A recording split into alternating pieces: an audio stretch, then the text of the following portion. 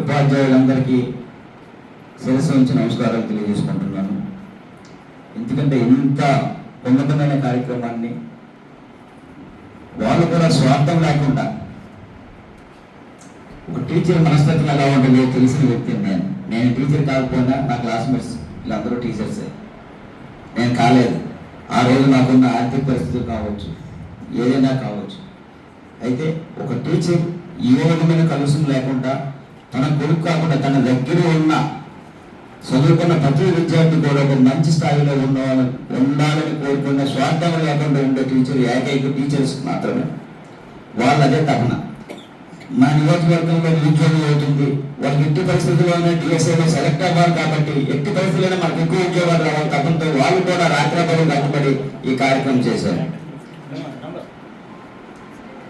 Main ఇంకొకరు important,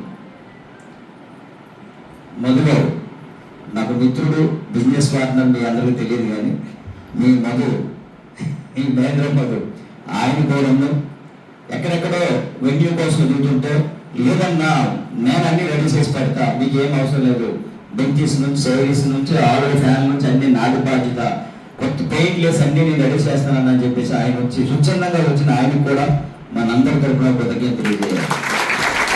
అదే కాకుండా పిల్లలందరికీ మీ అందరికీ ఆల్ ద బెస్ట్, నా శుభాకాంక్షలు కూడా.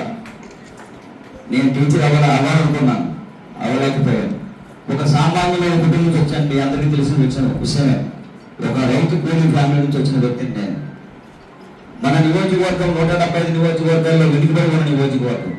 ఆ నియోజకవర్గం అభివృద్ధి చెందాలి అనే తపన నాకు ఉంది నా మనసులో. నేను ఎక్కడో ఎమ్మెల్యే ఉన్నాను హెచ్ఆర్లో, నేను డెవలప్ అయ్యేది అక్కడ, నా హాస్టల్ అక్కడ, నేను హెచ్ఆర్లో ఒక ఫ్యాక్టరీలో బీఎస్సీ కంప్లీట్ అయిపోయింది, ఒక సామాన్య ఎంప్లాయీగా హెచ్ఆర్లో నేను ఉండేవాడిని. అలాంటి వ్యక్తిని ఈరోజు పాతపట్నం రావాలి, నా నియోజకవర్గం వెనుకబడి ఉంది, అన్ని విధాలుగా నియోజకవర్గం అభివృద్ధి చెందాలి, ఇక్కడ నిరుద్యోగ సమస్య ఉంది, ఉపాధి అవకాశాలు కావాలి, విద్య వైద్యం మౌలిక వసతులు కావాలని ఇక్కడ రావడం అనేది నేను జరిగింది. చాలాసార్లు చెప్పాను మీ అందరికీ, నేను చదువుకోలేకపోయాను, ఒక వ్యవసాయ కులం నుంచి వచ్చాను, నేను చదువుకోలేకపోయాను, ఎక్కడికల్లా కోచింగ్ కూడా వెళ్ళలేకపోయాను. బీఎస్సీ కంప్లీట్ అయిపోయిన తర్వాత టీచర్ అవ్వాలనే అవకాశం ఉన్నా సరే నేను ఈ చేయలేని పరిస్థితుల్లో చేతులు ఎత్తి లాస్ట్ ఒక ప్రైవేట్ ఫ్యాక్టరీలో పనిచేయడానికి కెమిస్ట్రీగా పనిచేసే చాంపర్ క్రిస్టియన్స్. అయితే నా ఆశయం ఒకటే, మీ అందరూ టీచర్స్ అవ్వాలి. మొత్తం 175 నియోజకవర్గాల్లో పాతపట్నం నియోజకవర్గానికి అందరూ రావాలి, అది నా ఆశయం. రెండోది, మన గౌరవం మర్యాదలు ఎన్నెన్నో మీరు కాపాడాలి. ఎందుకన్నా